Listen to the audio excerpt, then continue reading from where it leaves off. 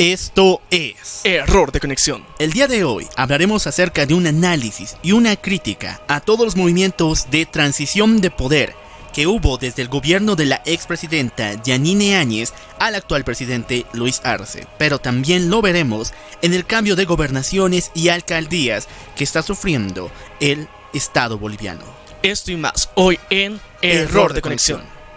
El ser humano, en la actualidad, está conectado a todos los medios existentes. Pero la desinformación es nuestro pan de cada día. Pero existen momentos en los cuales esa conexión es cortada, donde la verdad se hace clara. A estos momentos se los denomina Error de conexión. Bienvenidos a la verdad sin filtro.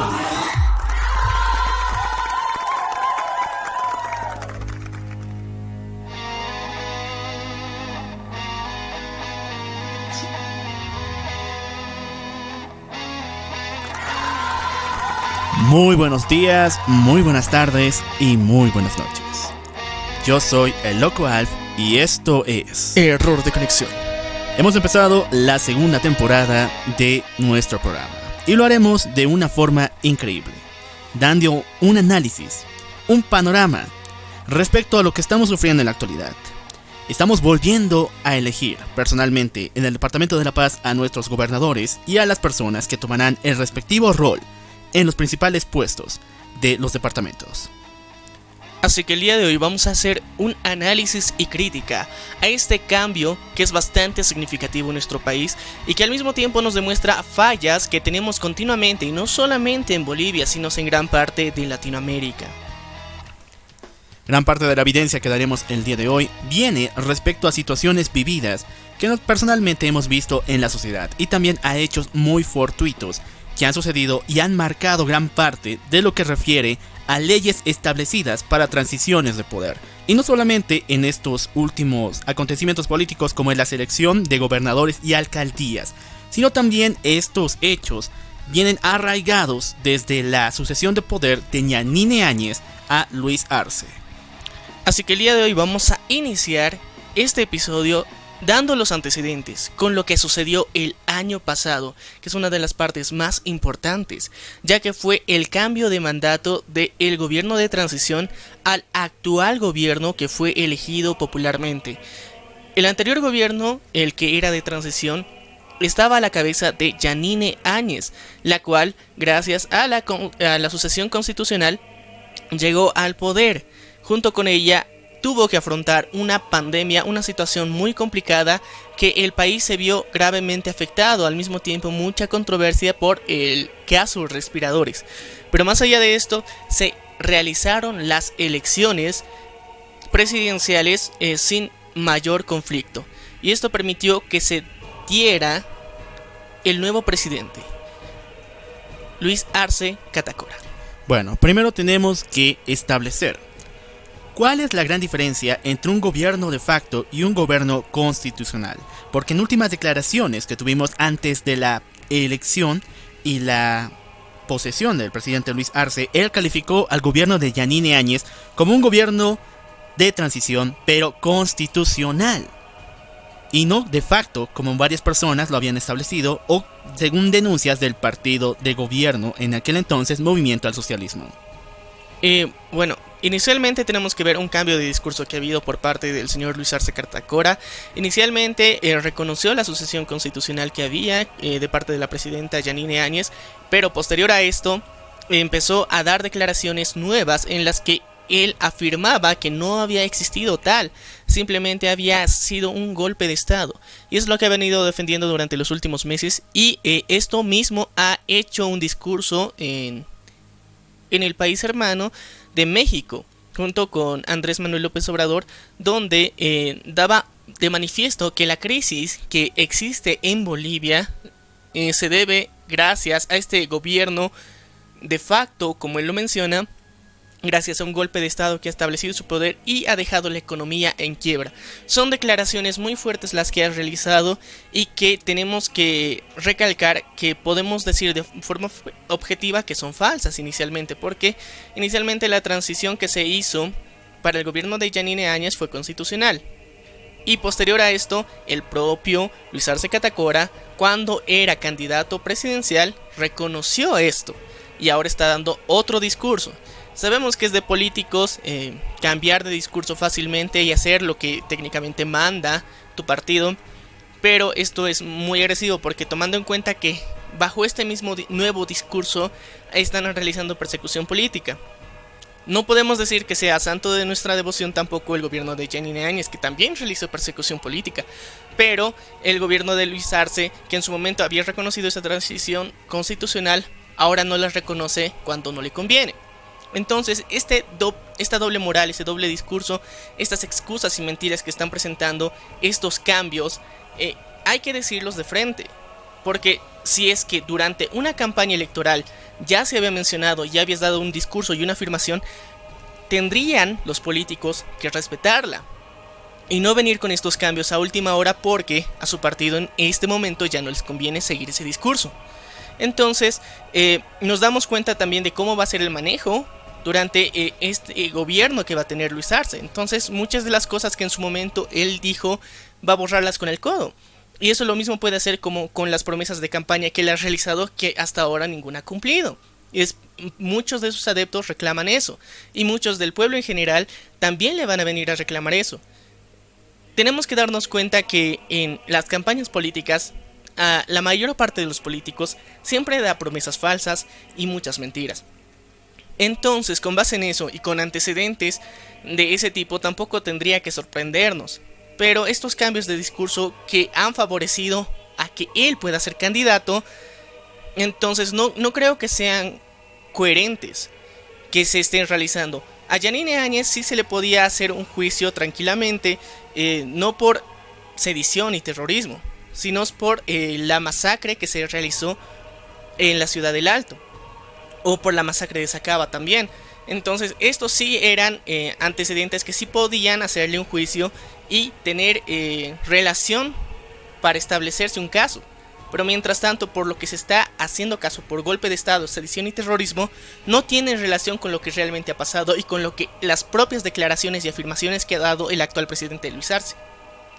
Viendo el discurso de doble moral, que por si acaso no es solamente el que maneja el movimiento al socialismo, sino también lo hemos visto en grandes figuras de la Organización de Estados Americanos, que mandaron investigadores para dar un punto de quiebre a la decisión y estipular con un título lo que pasó aquí en Bolivia como golpe de estado. Sin embargo, también hemos tenido incluso evidencia de que mismos integrantes del movimiento al socialismo atacaron a sus propios partidarios y compañeros en los ataques de Sacaba, como también fue en Sencata. Lo que pasó en Sencata fue en su momento complejo de explicar. Nosotros ya habíamos dado un episodio anteriormente donde habíamos explicado un poco de lo que había sucedido allá. Es complicado porque tanto por parte de las fuerzas militares como también de las personas que estaban en ese lugar hubo agresión por ambas partes. El único detalle aquí especial que hace es el mandato y la ley que sacó en su momento la presidenta de transición Yanine Áñez, que desvinculaba de cualquier responsabilidad a las Fuerzas Armadas. Ese es el detalle por el que sí se le tiene que hacer una investigación, porque ya teníamos malos antecedentes de este tipo de libertades con lo que fue Octubre Negro en el gobierno de Gonzalo Sánchez de Lozada. Entonces, con base en esto, ya sabíamos que eso no se debía permitir porque eso iba a generar una masacre. Pero el accionar tanto de las personas que estaban en Sencata como de los militares, ambos fue negativa. Porque los civiles que estaban en Sencata estaban con ánimos de hacer explotar uno de los lugares más importantes que permite la distribución de combustible en la ciudad de La Paz. Y esa explosión que podía generar ese lugar iba a arrasar con gran parte de la ciudad. Pero estas personas no tenían miedo a acercarse. Habían destruido una de las murallas para ingresar a este lugar que es propiedad de YPFB.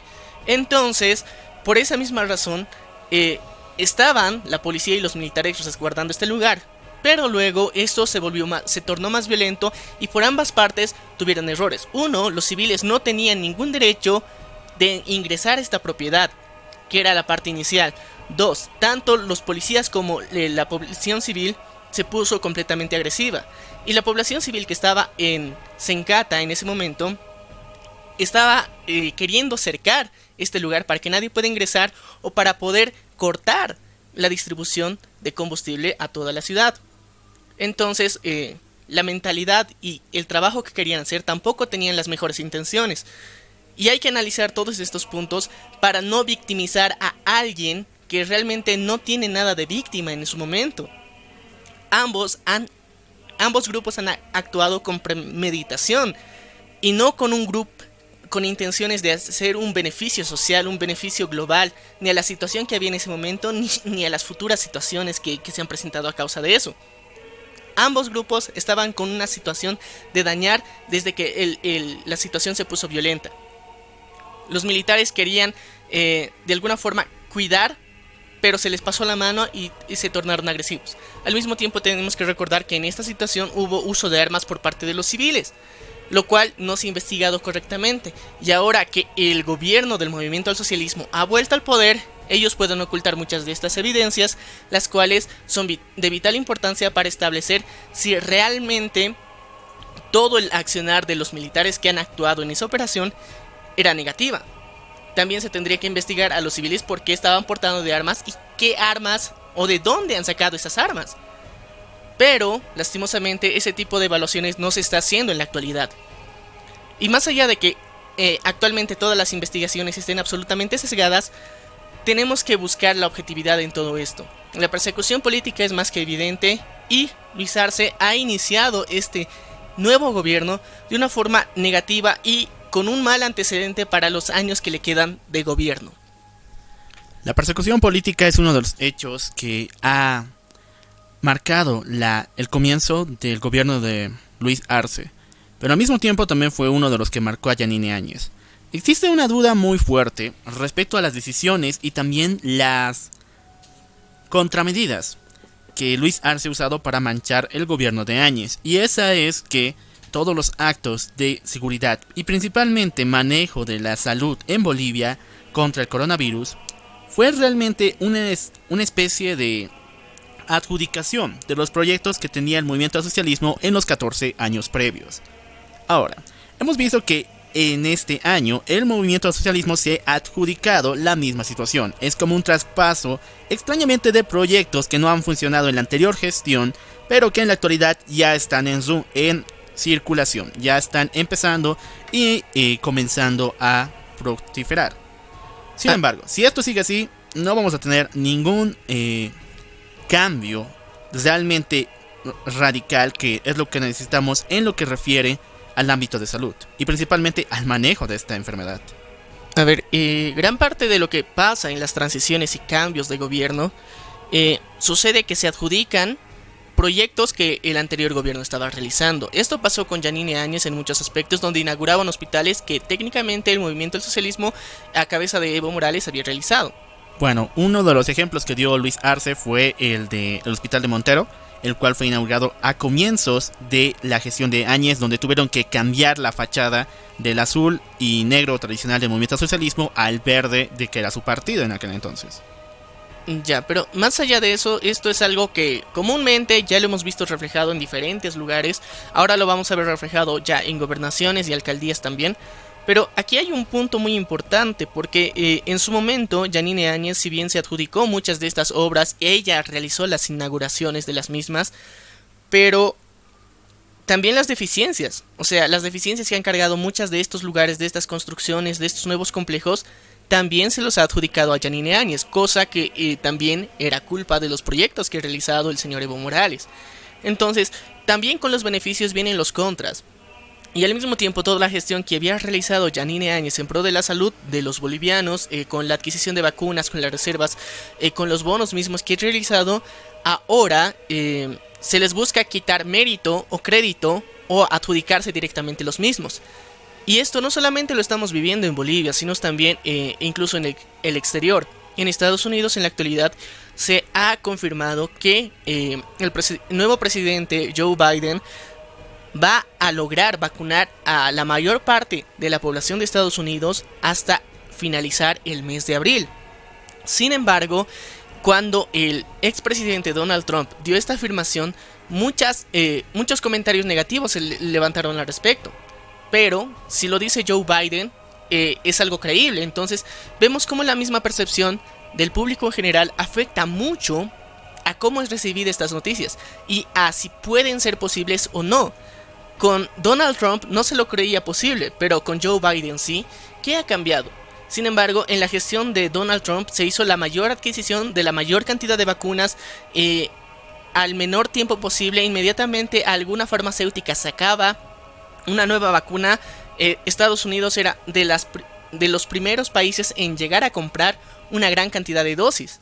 Pero, sin embargo, este crédito ahora se le está delegando directamente a Joe Biden. Entonces, ese mismo panorama se está viendo en todas las transiciones políticas. Y ahora tenemos que darnos cuenta de que estas herramientas que muchas veces los políticos que llegan al poder se vanaglorian como méritos propios, realmente no son méritos suyos. Y lastimosamente lo peor de toda esta situación es que esos méritos no tendrían que ser de ni un partido político, porque en realidad esto es en beneficio de la ciudadanía en general, no de un político, no de una ideología, no de un color, de una bandera política, sino de un país, de los ciudadanos y del pueblo. Y es lo que lastimosamente estamos viendo reflejado continuamente, una y otra vez, en diferentes aspectos, no solamente en la salud, sino también en las nuevas construcciones que se están haciendo, en los cambios en la economía que se han buscado realizar, en generar nuevas fuentes de empleo, como siempre se menciona en cualquier partido de gobierno. Pero tenemos que recordar algo muy importante también, que es la reactivación económica, que si bien es un panorama muy importante que tiene que ser atendido, lastimosamente en Bolivia se ha descuidado por completo, porque la reactivación económica era el pilar de parte de la campaña del señor Luis Arce Catacora, que en los meses que tiene de mandato no ha hecho absolutamente nada para mejorar esta situación, ya que el panorama nacional, cada vez los emprendedores, las empresas no pueden flotar, no pueden salir a flote con toda la situación que se está pasando. No hay una devaluación de los impuestos, que sería algo importante que ayudaría y beneficiaría a las empresas nacionales, sino hay mayores restricciones e incluso el nuevo impuesto a las grandes fortunas que está sacando el señor Luis Arce, como medida de su partido socialista también. Recuerdo que hace mucho tiempo un compañero, uno de nuestros oyentes, nos envió una explicación de lo que sería la diversificación de impuestos. Y nosotros dábamos el consejo de reducirlos, pero él también nos decía de fructiferarlos, es decir, mejor dicho, diversificarlos, de quitar aquellos que no son completamente necesarios ni obstruyan la realización de la mediana y la pequeña empresa. También ese camino es válido, ¿o no?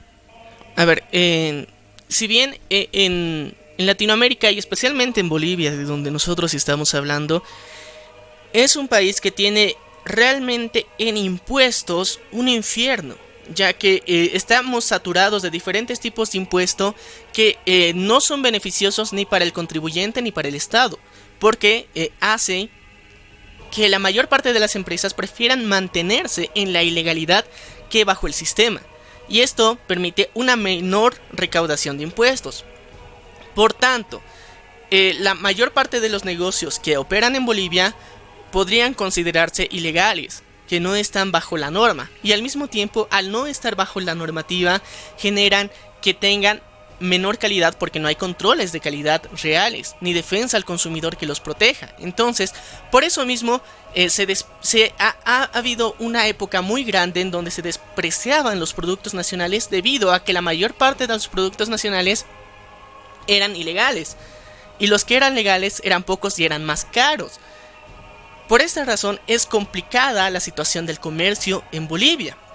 Entonces, lo que nosotros en episodios anteriores habíamos recomendado es que los impuestos bajen. O bien bajen o desaparezcan algunos tipos de impuestos que no son necesarios y que simplemente están perjudicando a los contribuyentes, que no permiten la generación de nuevas empresas ni nuevas fuentes de trabajo. Simplemente son una traba burocrática más. Pero esto lastimosamente no se está haciendo. Si bien impuestos nacionales supuestamente da facilidades gracias al pago virtual y a características de modernización de su sistema, Pero en cuanto a los tipos de impuestos que se están proyectando, tanto nacionales como locales y municipales, siguen siendo los mismos e incluso aumentan. Y es el caso del impuesto a las grandes fortunas que el señor Luis Arce Catacora ha decidido implantar. Un impuesto realmente estúpido. Lamentamos decir que es estúpido porque no tiene ni pies ni cabeza ni se justifica, porque esto, uno, desincentiva a que personas con un gran capital económico residan en Bolivia. Dos, al mismo tiempo que este impuesto que supuestamente a las grandes fortunas va a beneficiar supuestamente al país, no representa ni un 3% del ingreso nacional bruto. Entonces, ¿de qué sirve realizar un impuesto que supuestamente va a generar más atracción de dinero hacia las arcas nacionales del Estado?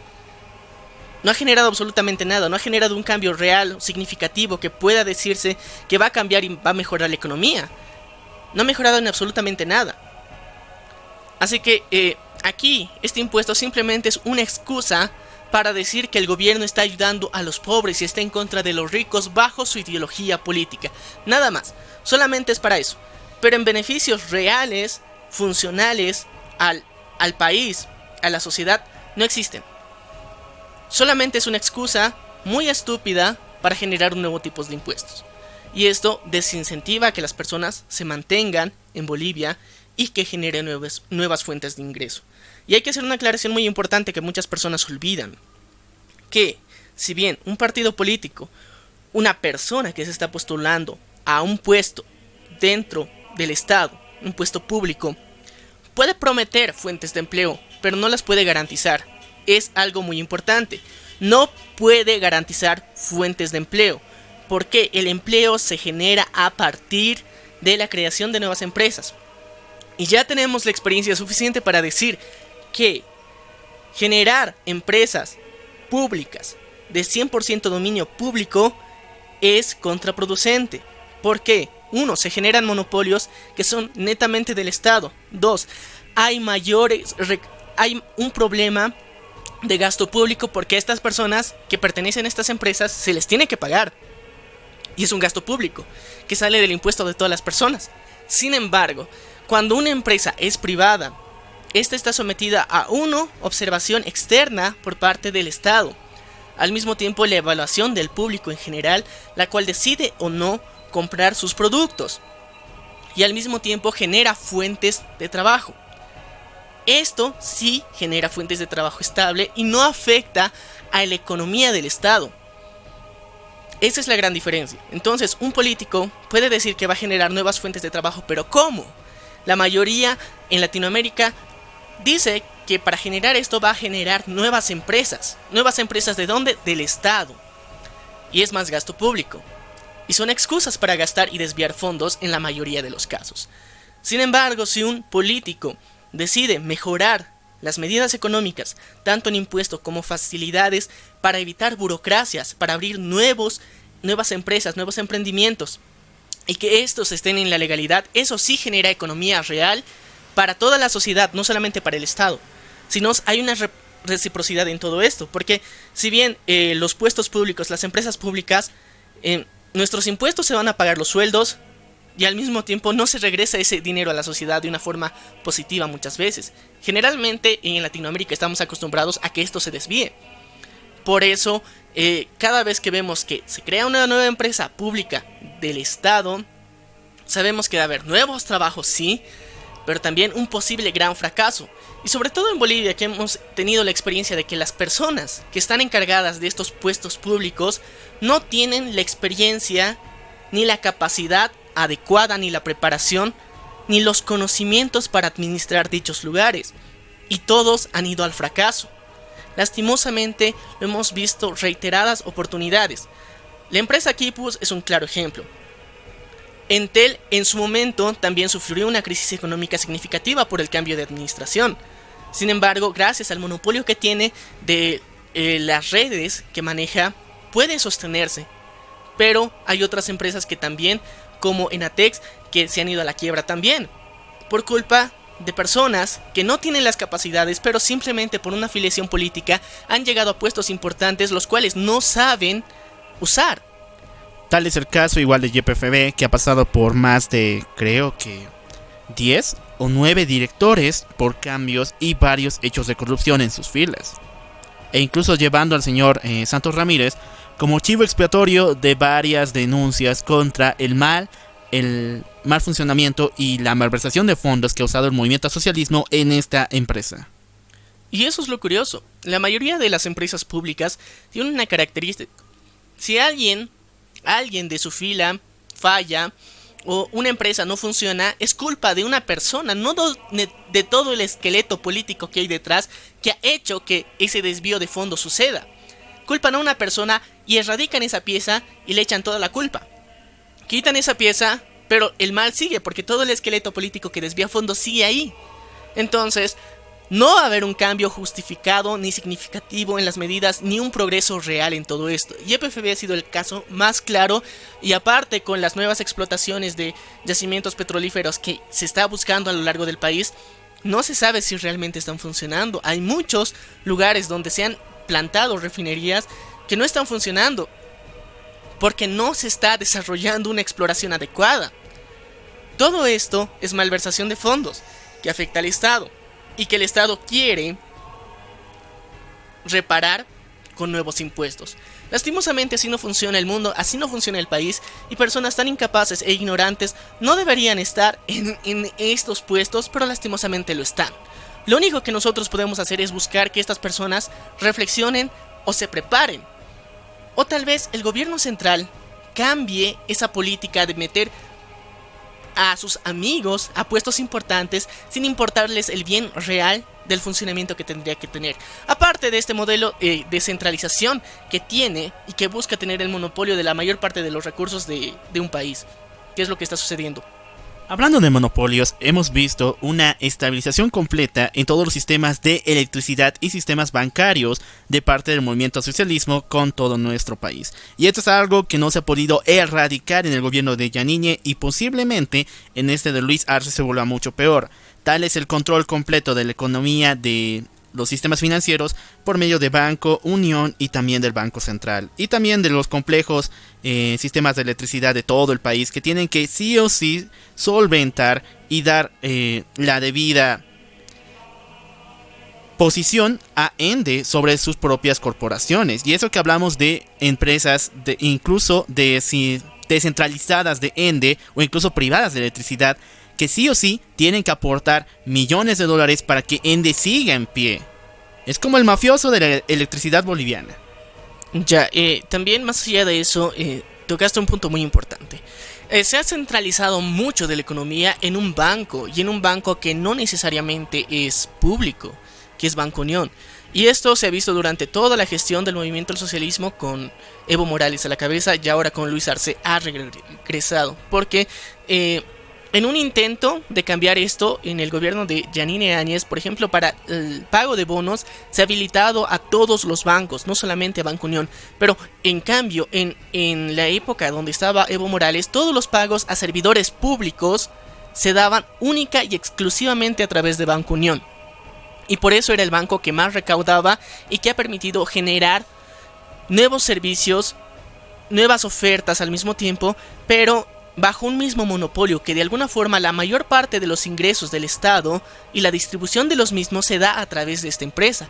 Eso le permite tener un capital económico muy grande, y eso genera desventaja, y está el propio gobierno dándole un monopolio a esta entidad financiera, y eso es un problema. En un intento que Yanine Áñez realizó en su momento para cambiar esta situación, permitió que no solamente el Banco Unión, que inicialmente era el único que pagaba los diferentes bonos que se dieron durante el año pasado, sino nos permitió que todos los bancos puedan dar este bono, y las personas ya se estaban acostumbrando a este sistema en donde solamente el Banco Unión disponía y podía dar estos servicios. Porque recordemos que el año pasado las filas principales para recoger el bono eran en Banco Unión, y el resto de los demás bancos ni parecían que fueran una opción. Y las personas desconocían esto. Pero ese fue uno de los cambios fundamentales, y ahí nos dimos cuenta que el gobierno estaba centralizando el poder económico en este banco. Y eso puede ser una amenaza muy grave. Además de los casos de corrupción que ha habido dentro de este mismo banco, de despilfarro de dinero o desviación de fondos, e investigaciones que hasta ahorita no se han completado. Entonces, esto que el gobierno está realizando, estos amiguismos, estos favoritismos, no ayudan ni benefician en absoluto al país. Han sido muy perjudiciales durante este tiempo. Ahora bien, vamos a irnos del tema nacional al tema de gobernaciones y alcaldías. Porque inicialmente lo que ahorita en la mayor parte de departamentos de Bolivia tenemos es que ya han sido los alcaldes electos. Y entonces en base a esto estamos viendo cómo está habiendo nuevas mentiras y excusas de transición, como siempre. Bueno, antes de ir al tema gubernamental de los departamentos y también las alcaldías, vamos a dar los puntos como de resumen para finalizar la parte nacional, que son: en el gobierno de Áñez al gobierno de Luis Arce arraigan varios problemas que tenemos desde el gobierno de Evo Morales. Tanto es así que hemos dicho de centralización del sistema de servicios financieros, centralización de electricidad, adjudicación de proyectos de salud y obviamente la persecución política. Ahora sí, entrando al ambiente gubernamental, la ciudad de La Paz es una de las que ha sufrido en un espectro muy fuerte de parte del gobierno de Luis Revilla y Solvo, y también lo del Partido Sin Miedo a sus comienzos. ¿Por qué? Prácticamente Luis Revilla es el dueño, y también su gobierno, su partido de gobierno, de toda la actividad cultural, también la actividad mobiliaria de los artesanos y muchas otras en todo la ciudad de La Paz. Si queremos ver un cambio, por lo menos en la forma en que se ha manejado este tema, y también para quitar varios casos de corrupción que estuvieron contra el señor Luis Revilla, hay que afinar esos temas. Hay que señalar quiénes son los responsables y posiblemente dar solución a ya no darle tanto poder al gobierno autónomo municipal. A ver, en La Paz ha habido, de alguna forma, demasiado tiempo ha pertenecido la ciudad a un mismo partido político, y que técnicamente solamente se ha cambiado el nombre, porque del Movimiento Sin Miedo a Solvo ha sido una simple transición, pero técnicamente son los mismos integrantes. Esto ha generado que desde el exalcalde Juan del Granado hasta Luis Revilla haya una especie de monopolio de toda la ciudad de La Paz, no solamente en aspectos culturales, sino también en obras, en todo lo que se estaba realizando en esta ciudad sobre todo. Entonces eso ha permitido que se generen monopolios en cuanto a la adjudicación de obras sobre todo. Entonces habían empresas específicas las que se adjudicaban obras y la realización de las mismas, dejando descartadas de lado otras empresas. Entonces esto ha generado una especie de monopolio y ha sido continuo. Si bien hay malversación de fondos, hay muchas excusas que se han planteado dentro de este gobierno, entre grupos también, como serían los choferes. Hay mucho caos en toda esta situación, pero también recordemos que la ciudad de La Paz también es una de las ciudades más concurridas en sí, con más cantidad de población al mismo tiempo, y que también genera un tráfico humano constante. Entonces se generan conflictos constantemente. Ahora, puedo resaltar de alguna forma la transición de la ciudad de La Paz, porque ha sido de las más ejemplares comparado con otros lugares, como es la propia ciudad del Alto, porque actualmente el nuevo alcalde electo ha tomado la decisión de acercarse directamente al restante partido que ya se está saliendo, al exalcalde que próximamente va a ser Luis Revilla, para hacer una transición adecuada, para hacer una especie de auditoría y darnos cuenta de qué está dejando cada uno de los recursos que ha dejado, las obras que están realizando, cómo se tienen que concluir, cuáles son los planes a futuro que se tiene.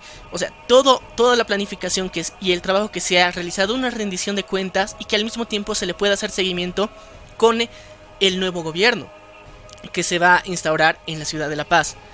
Y ha sido un trabajo bastante interesante y de alguna forma ejemplificativo de cómo se debería hacer este tipo de transiciones, porque en comparación con otra ciudad muy cercana que es el Alto, vemos cómo los intereses políticos son más importantes que el trabajo para la ciudadanía. En la ciudad del Alto hemos visto cómo la ahora alcaldesa Soledad Chapetón y la nueva alcaldesa han tenido de alguna forma confrontaciones políticas entre sus partidos políticos, cómo van a entrar porque ambos se echan la culpa de que uno no está dando la información necesaria al otro para hacer la transición. Y esto genera una división constante y que técnicamente las cosas no estén claras para esta ciudad.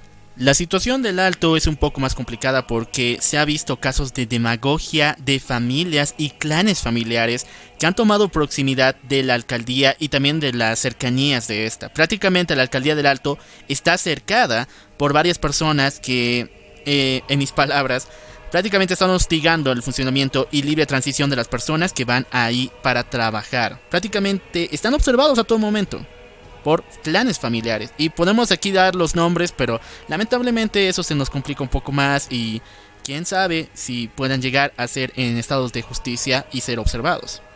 A ver, el nepotismo que existe en la ciudad del Alto es bastante complicado de explicar porque el principal grupo más fuerte en la ciudad del Alto son los comerciantes minoristas.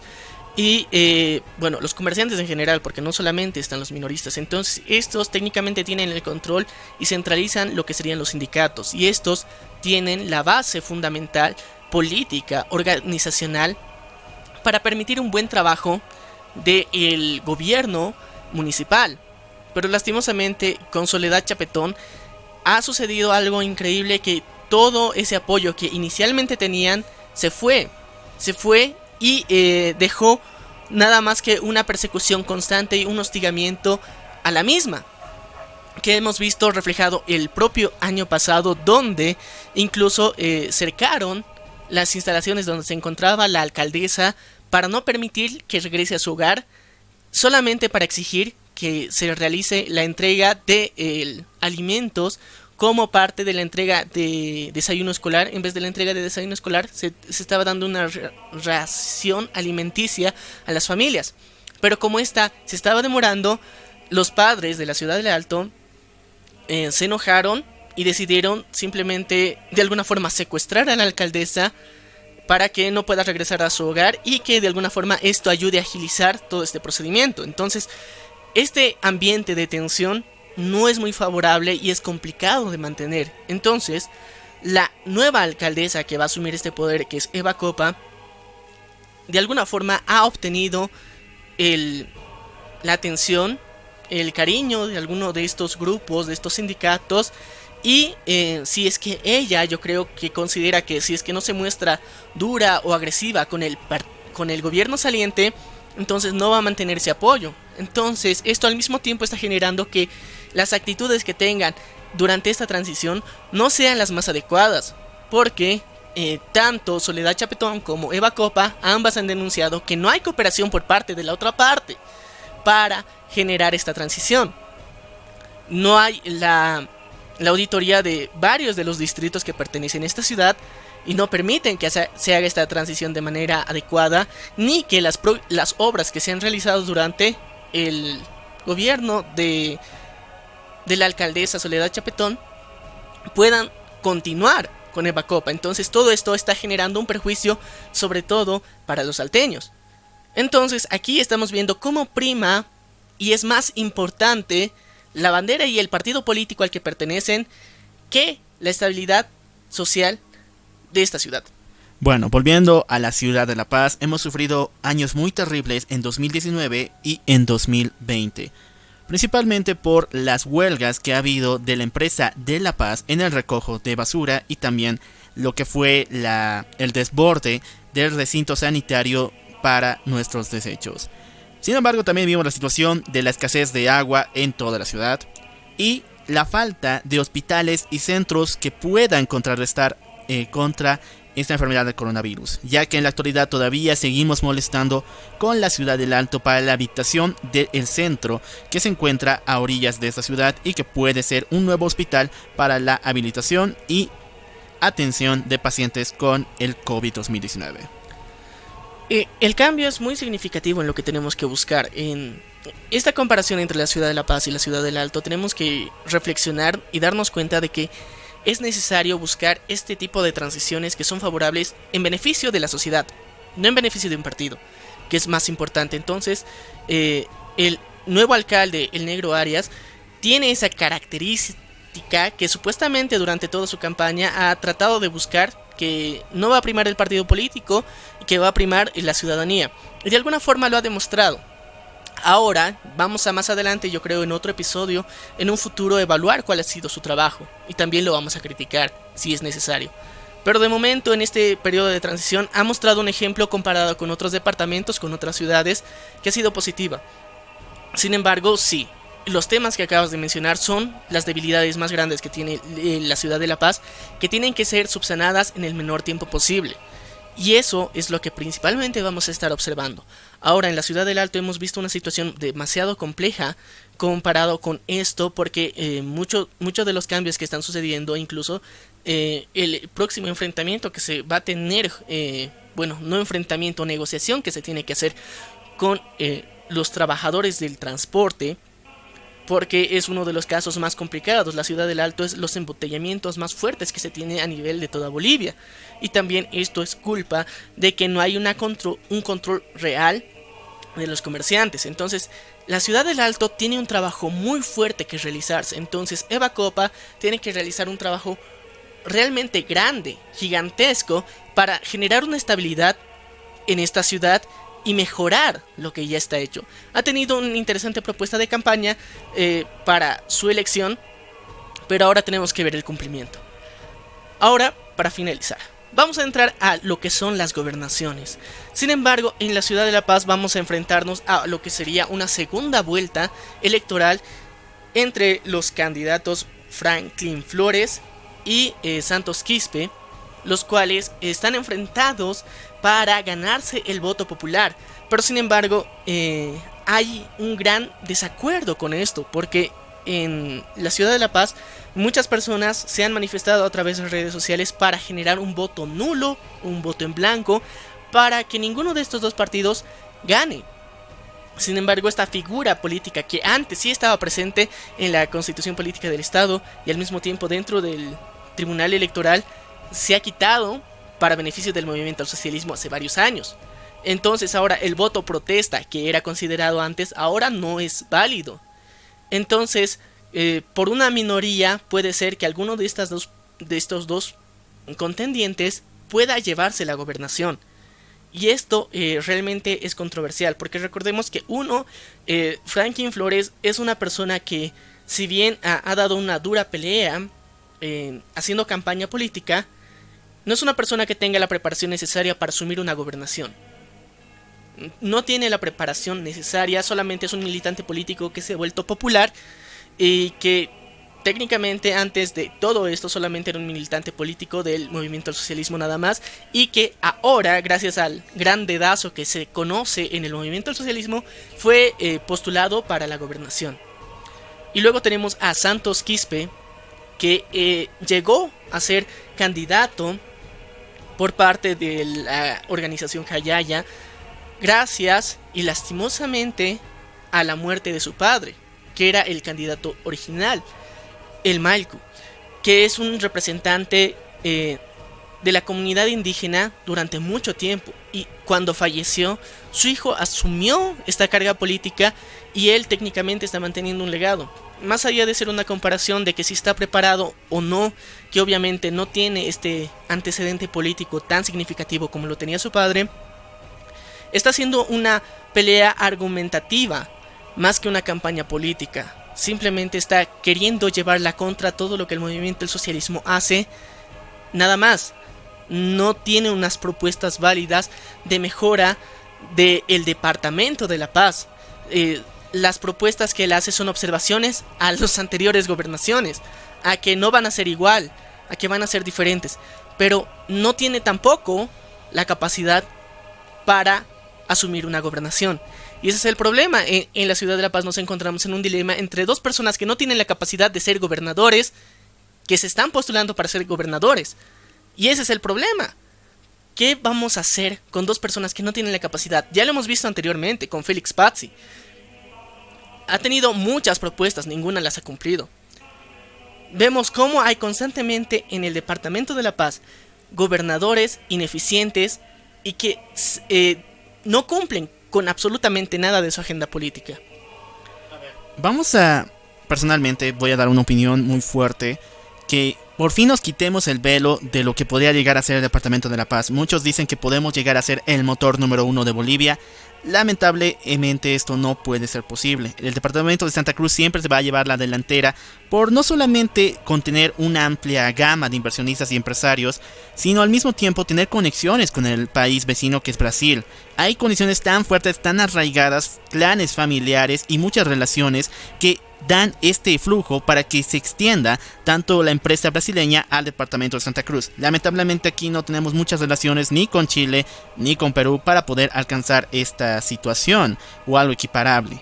Ahora, ya no necesitamos un visionario, no necesitamos a alguien que nos venga con ideas fuertes y todo eso. El Departamento de La Paz tiene que encargarse de administrar fuertemente sus recursos. Necesitamos a un economista de verdad. Una persona que sepa cuánto dinero ingresa, cuánto dinero sale del departamento y que sepa utilizarlo para darle beneficio a las 20 provincias de este departamento. Porque ya no necesitamos esas ideas como tienen.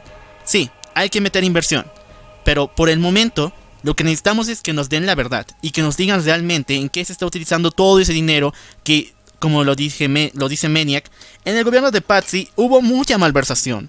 Prácticamente puso a la empresa de su hermano Favose como líder de construcciones de todo el aparato y esqueleto de vías, de infraestructura en el departamento de La Paz. Se hicieron millonarios. Y lo mismo querían hacer con el departamento de Chuquisaca porque había conexión entre su hermano y la central de allá. Pero seamos sinceros, el departamento de La Paz va a pasar por tiempos muy difíciles, estando siempre en el segundo lugar.